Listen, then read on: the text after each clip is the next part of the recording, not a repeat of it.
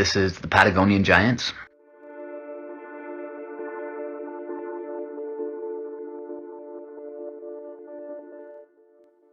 Patagonian giants, like others, captured the European imagination for a very long time. The first mention of this race surfaced in the 1520s from the account of Antonio Pigafetta, the chronicler of Ferdinand Magellan's expedition.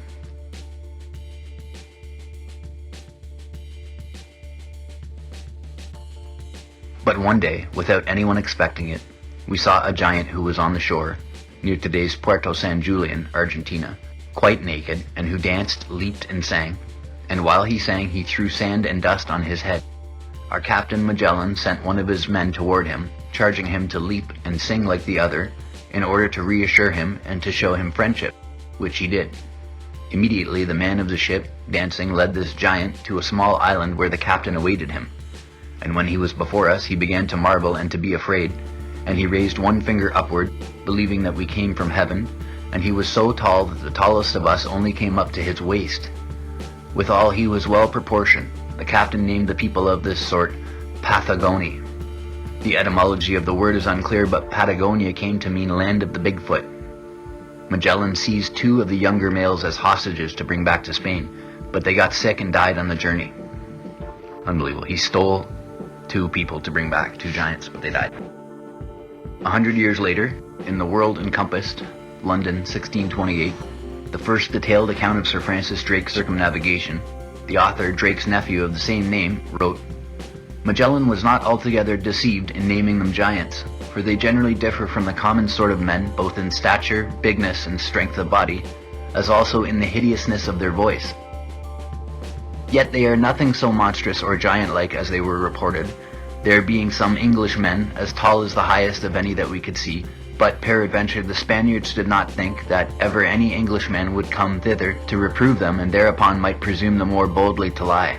The name Pentagones 5 cubits, viz. 7 foot and a half, describing the full height, if not somewhat more, of the highest of them. But this is certain, that the Spanish cruelties there used, referring to Magellan's hostage-taking, had made them more monstrous in mind and manners than they are in body, and more inhospitable to deal with any strangers that shall come thereafter. He reduced the height of the Patagonians from 10 feet to 7.5 feet, but was obviously more intent on discrediting the Spanish and blaming them for the monstrosity of the giants. Ironically, though, he was really confirming the basic facts. English sailor offering bread to a Patagonian woman giant. It's the front piece to the first Italian edition of John Byron's A Voyage Around the World in His Majesty's Ship the Dolphin. Florence, 1768. In the 1700s, the myth was still alive and entertaining Europeans. Horace Walpole, the English historian and Gothic novelist, published an account of the giants lately discovered in a letter to a friend in the country, following the return in 1766 of Captain John Byron, who had circumnavigated the world in the HMS Dolphin. Word leaked that the crew had seen 9-foot giants in South America.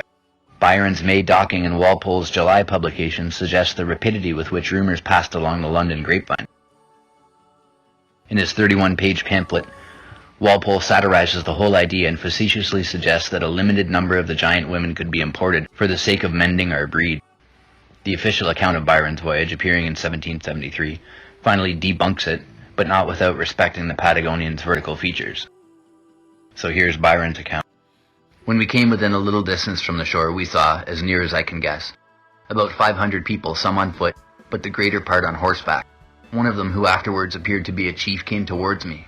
He was of a gigantic stature, and seemed to realize the tales of monsters in a human shape. If I may judge of his height by the proportion of his stature to my own, it could not be much less than 7 feet. Mr. Cumming, one of Byron's officers, came up with the tobacco, a gift, and I could not but smile at his astonishment, which I saw expressed in his countenance, upon perceiving himself, though 6 feet 2 inches high, become a pygmy among giants. For these people may indeed more properly be called giants than tall men, the shortest of whom were at least 4 inches taller. So in this portion, I'll be reading to you directly from an account of the voyages undertaken by the order of His Present Majesty for making discoveries in the Southern Hemisphere, and successively performed by Commodore Byron, Captain Wallis, Captain Carteret, and Captain Cook, in the Dolphin, the Swallow, and the Endeavour, drawn up from the journals which were kept by these commanders and from the papers of Joseph Banks, Esquire. Voyages round the world. So I'm reading to you directly now from the general introduction. This cannot be done in an unbroken series when the complicated and multifarious objects of history are to be recorded. But as each of the narratives in this work is a single thread, the transactions of every day are set down in a regular succession and the time noted in the margin. Great care has been taken to make the charts and the nautical parts of the narrative coincide. If there should be any difference, which it is hoped will not be the case, the charts are to be confided in as of unquestionable authority. By the charts as well as by the narrative, especially by that on which the tracks of the several vessels are marked, it will be seen how far the existence or non-existence of a southern continent is already ascertained, and what land has in the course of these voyages been first discovered. The charts also will at one view present any mistake which might arise from the same name having been given to different islands by the several commanders in these voyages, without the trouble of comparing the latitudes and longitudes assigned them in the narrative.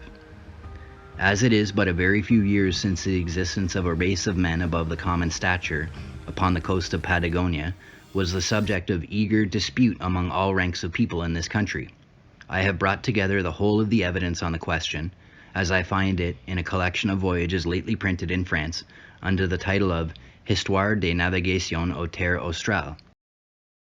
It must be acknowledged that the contrariety of the reports that have been made by ocular witnesses concerning a fact easy to be determined does not deviate less from the common course of things than the gigantic stature of the people in question.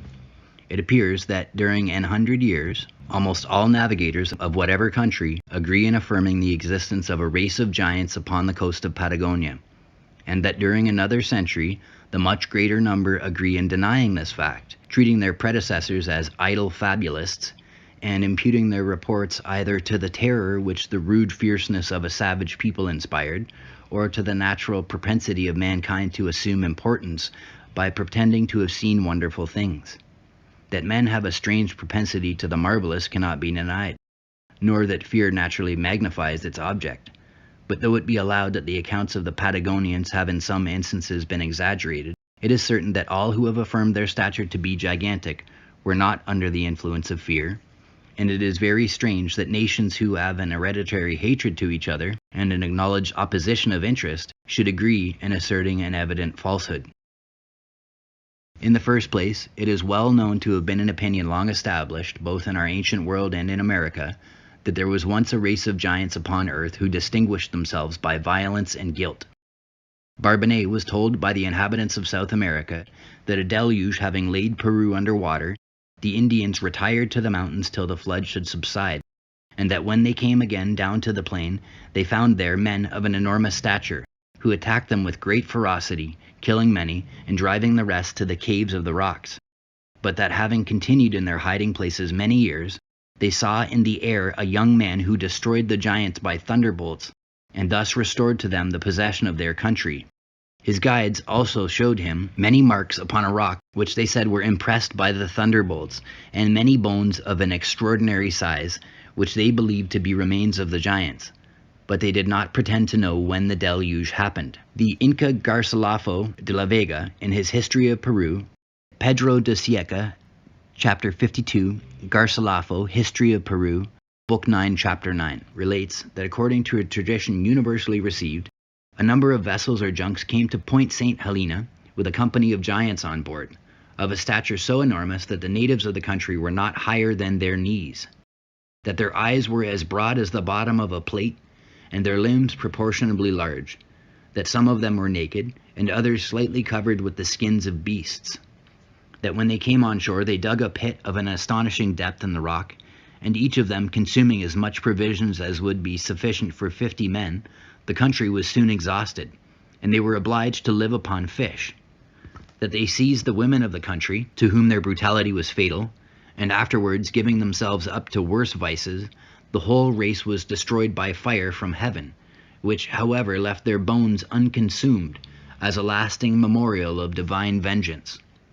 Bones of an amazing size are said to have been found in this country, and fragments of teeth, which, if they were whole, must have weighed 1/2 pound.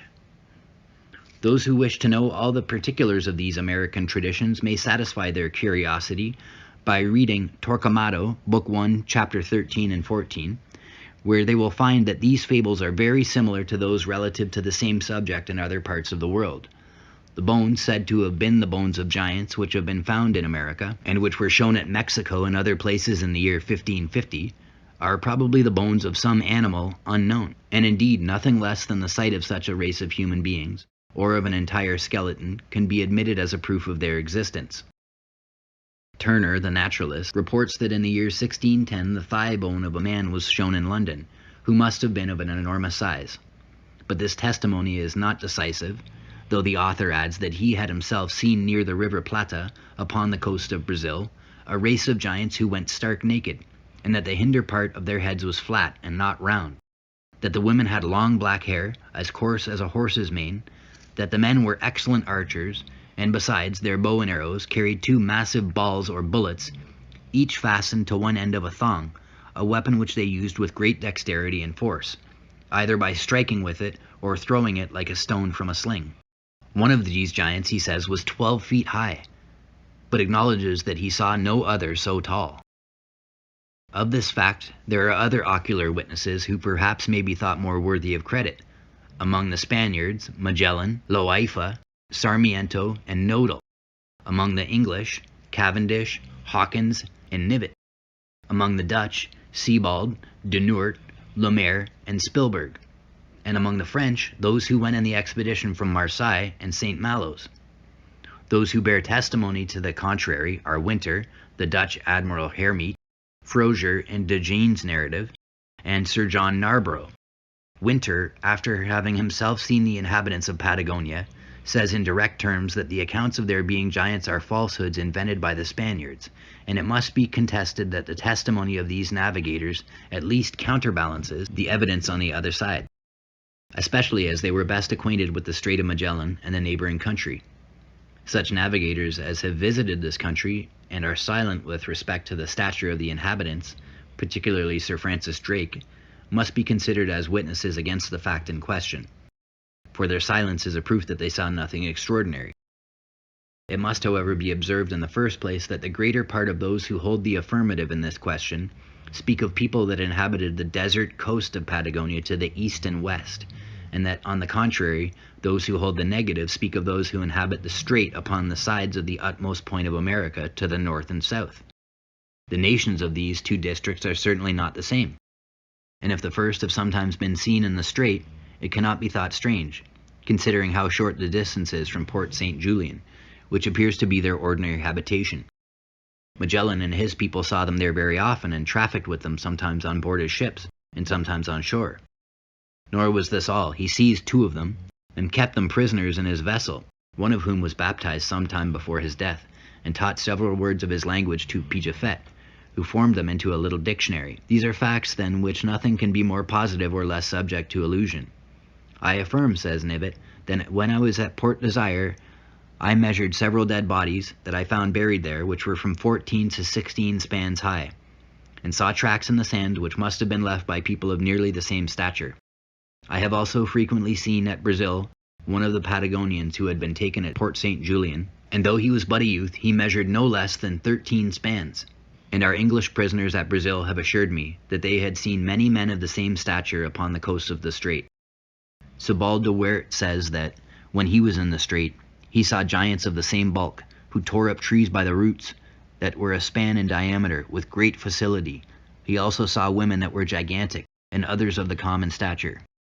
Oliver de Noort reports that he saw savages of a gigantic stature at Port Desire, but does not call them giants, that he took 6 of them prisoners and carried them on board his ship, one of whom afterwards told him that the country was inhabited by many different nations, 4 of which were of the ordinary stature, but that farther within the land, in a territory called Coin, there was a gigantic people distinguished by the name of Tyromenon, who were continually making war upon the other nations. Spilberg relates that he saw a man of an extraordinary stature upon the coast of Tierra del Fuego, but that the sepulchres which he found had received men of the common height.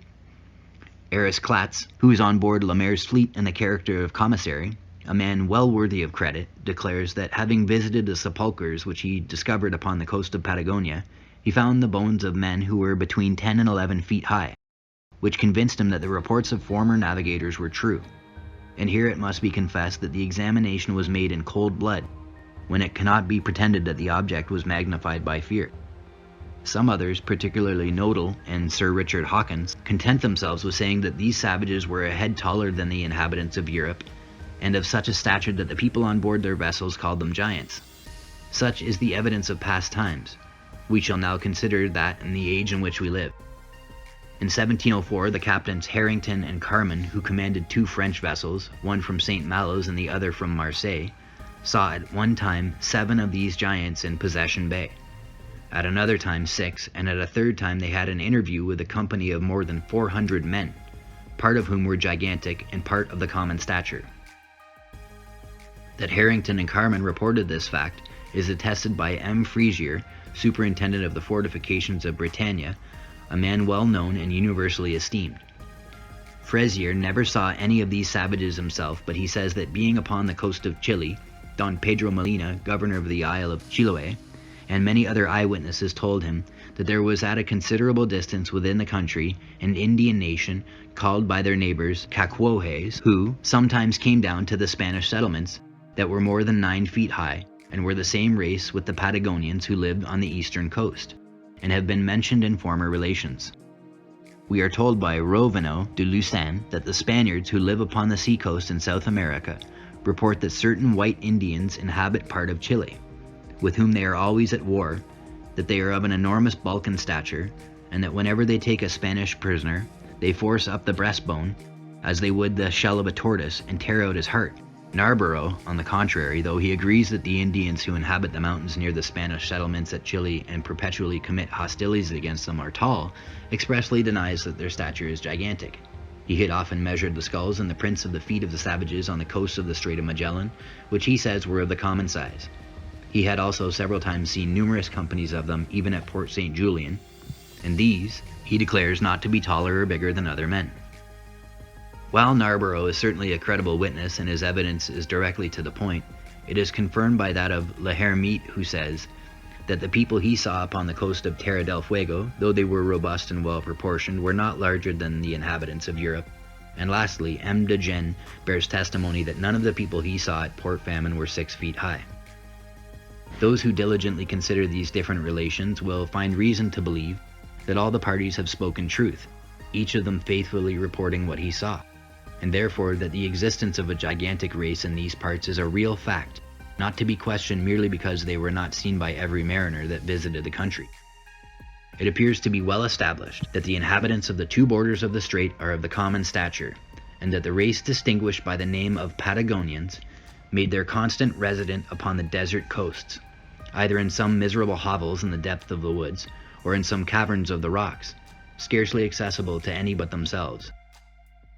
And it appears from the account of Oliver de Noort that when the strait began to be frequented by European vessels, they hid themselves as soon as the ships were in sight, which accounts both for their not being seen and for the recent marks of inhabitants upon a coast that appeared to be deserted. Perhaps the frequent appearance of our ships upon this coast at length determined them to quit it as a settled habitation, returning only at particular seasons of the year, and taking up their constant residence in the interior part of the country. Lord Anson was of opinion that they resided statedly on the western side of the Cordillera Mountains, and visited the eastern side occasionally, but not often. So that if they have been rarely seen by the vessels which have touched at the coast of Patagonia for the last 100 years, the reason probably is, that being, like other Indian nations, desirous to conceal themselves from strangers, they retired to the mountains.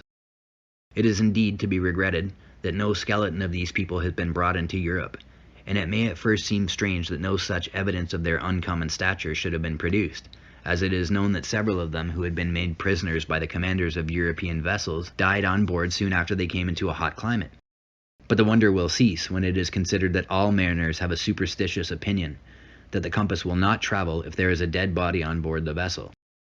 Upon the whole, it may reasonably be presumed that the concurrent testimony of late navigators, particularly Commodore Byron, Captain Wallis, and Captain Carteret, gentlemen of unquestionable veracity, who are still living, and who not only saw and conversed with these people but measured them, will put an end to all the doubts that have been hitherto entertained of their existence. Having thus brought together the whole of the evidence for and against a fact which has long been the object both of popular and philosophical curiosity, I shall not anticipate any opinion that the reader may form concerning future navigations in the track which has been described by any of the vessels whose voyages are here related, except that although it is the opinion of Commodore Byron, who spent 7 weeks and 2 days in passing through the Strait of Magellan, that it may be passed in 3 weeks at the proper season, yet the passage cost Captain Wallis near 4 months, though he performed it precisely at the time recommended by the Commodore, having reached the eastern entrance about the middle of December. I cannot, however, dismiss my readers to the following narratives, without expressing the regret with which I have recorded the destruction of poor naked savages by our firearms in the course of these expeditions, when they endeavored to repress the invaders of their country, a regret which I am confident my readers will participate with me. This, however, appears to be an evil which, if discoveries of new countries are attempted, cannot be avoided. Resistance will always be made, and if those who resist are not overpowered, the attempt must be relinquished. It may perhaps be said that the expense of life upon these occasions is more than it is necessary to convince the natives that further contest is hopeless, and perhaps this may sometimes have been true. But it must be considered that if such expeditions are undertaken, the execution of them must be entrusted to persons not exempt from human frailty, to men who are liable to provocation by sudden injury, to unpremeditated violence, by sudden danger, to error by the defect of judgment or the strength of passion, and always disposed to transfer laws by which they are bound themselves to others who are not subject to their obligation, so that every excess thus produced is also an inevitable evil. If it should be said that supposing these mischiefs to be inevitable in attempting discoveries ought not to be attempted, it must be considered that upon the only principles on which this opinion can be supported, the risk of life for advantages of the same kind with those proposed in discovering new countries is in every other instance unlawful. If it is not lawful to put the life of an Indian in hazard by an attempt to examine the country in which he lives, with a view to increase commerce or knowledge, it is not lawful to risk the life of our own people in carrying on commerce with countries already known. If it be said that the risk of life in our own people is voluntary, and that the Indian is brought into danger without his consent, the consequence will still follow. For it is universally agreed, at least upon the principles of Christianity, that men have no more right over their own lives than over the lives of others, and suicide being deemed the worst species of murder, a man must be proportionably criminal in exposing his own life for any purpose that would not justify his exposing the life of another. If the gratification of artificial wants or the increase of knowledge are justifiable causes for the risk of life, the landing by force on a newly discovered country in order to examine its produce may be justified. If not, every trade and possession that exposes life for advantages of the same kind is unlawful. And by what trade or profession is not life exposed? Let us examine all the multitudes that art has employed, from the refiner who sweats at the furnace to the sedentary officer who grows pale at the loom. And perhaps none can be found in which life is not in some degree sacrificed to the artificial necessities of civil society. But will it therefore be said that civil society, to which this sacrifice is made, is for that reason a combination contrary to the great original principles of morality, which are the basis of all duty? Will it be said that to exercise the faculties which are the distinguishing characteristics of our nature is unnatural, and that being endowed with the various powers which in civil societies only can be brought into action, it was incongruous to the will of our Creator that any such society should be formed, and that it would be pleasing to Him, if, still continuing in a savage state, these powers should lie torpid in our nature, like life in an embryo during the whole of our existence?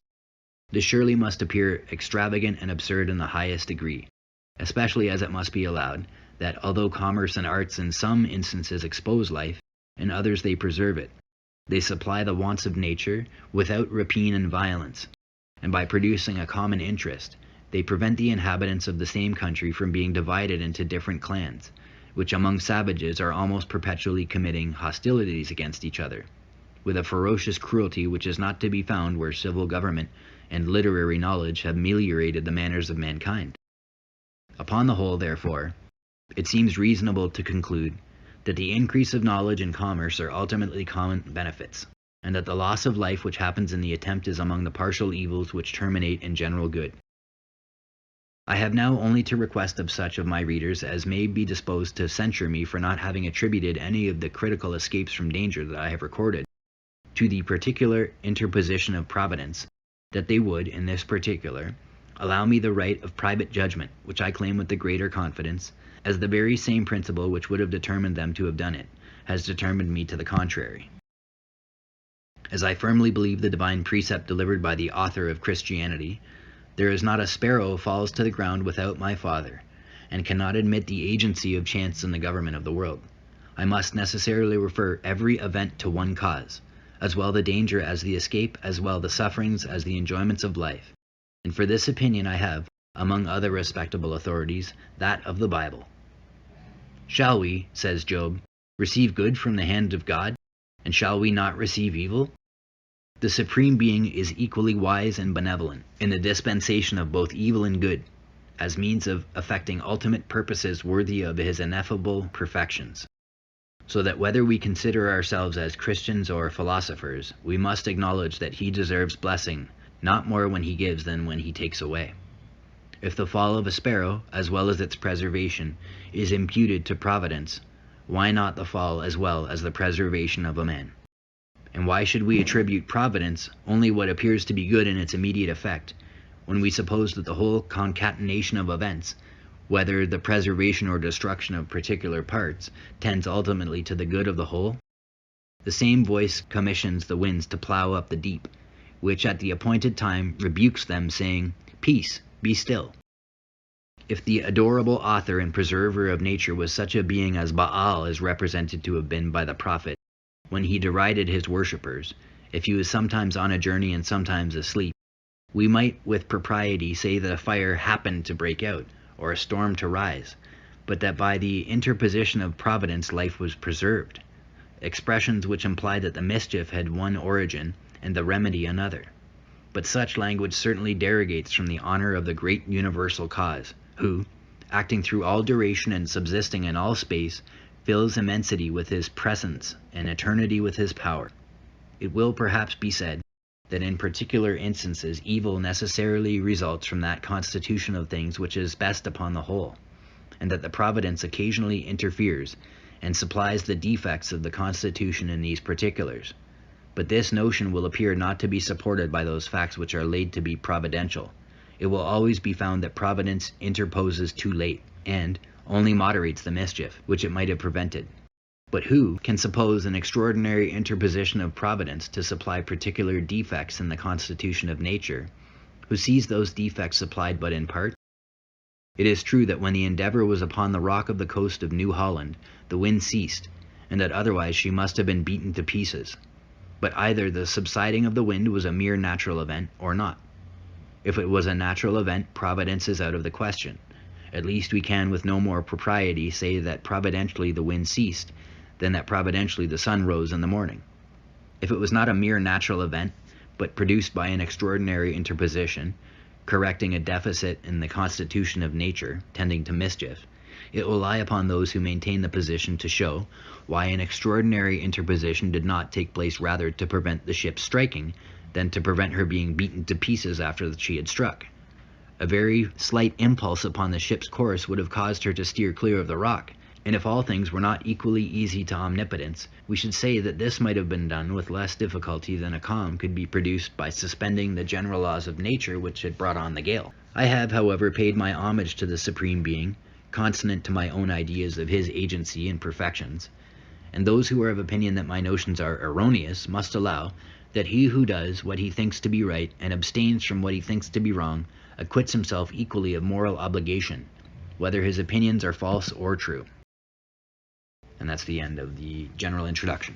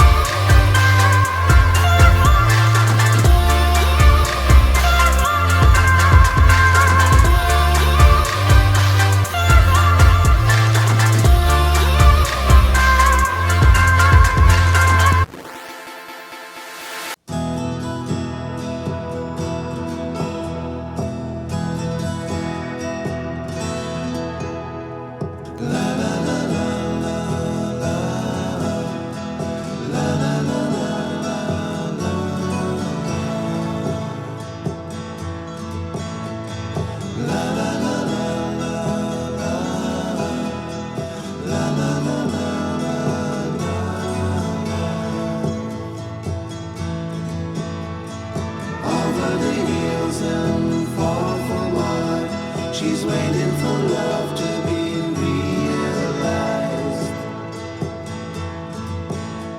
I'll send her my heart covered as a gift, and hope that you'll take it into her side. La la la la la la la la la la la.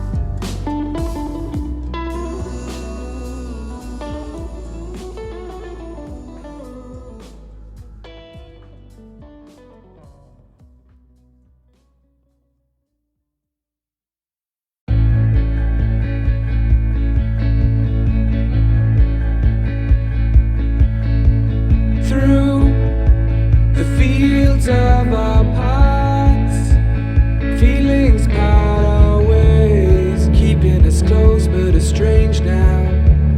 Dreams holding us closer. Meadows of our youth. 107 days. But recalling it backwards. Our dreams holding us closer. Ooh, we can see so clear. Ooh, we can see so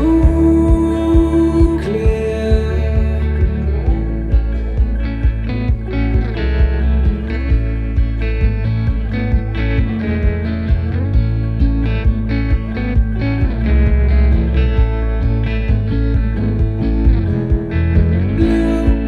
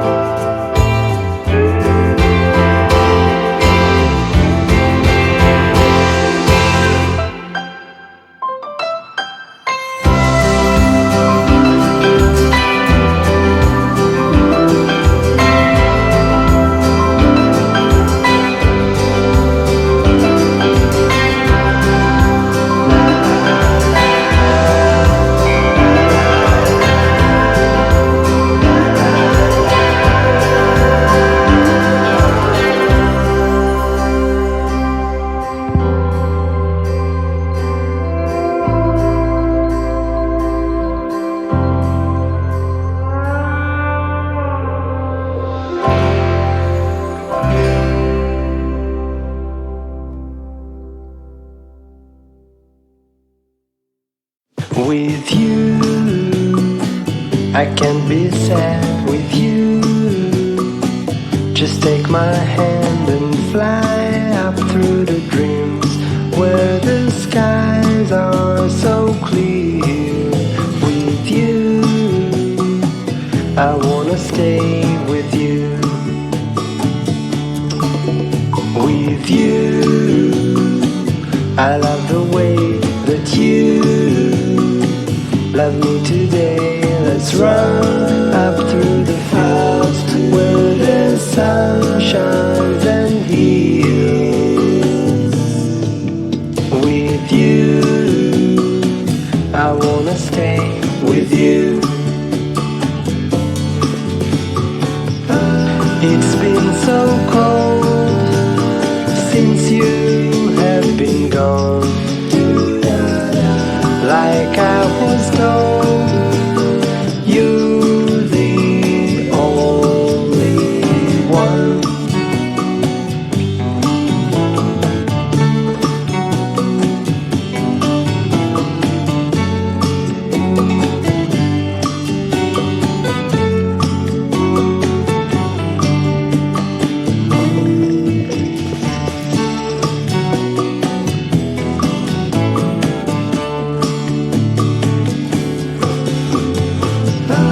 It's been so cold since you have been gone. Like I was told, you're the only one. I can't be sad with you. Just take my hand and fly up to the clouds where the skies are so clear. With you, I wanna stay with you. I wanna stay with you. I wanna stay with you.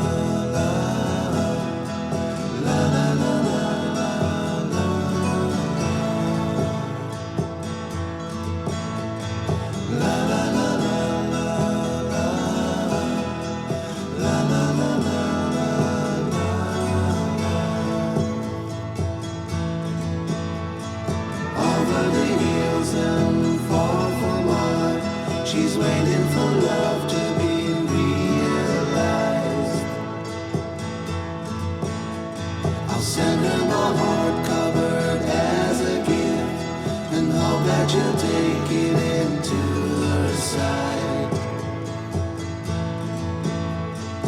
La la la la la la la la la la la.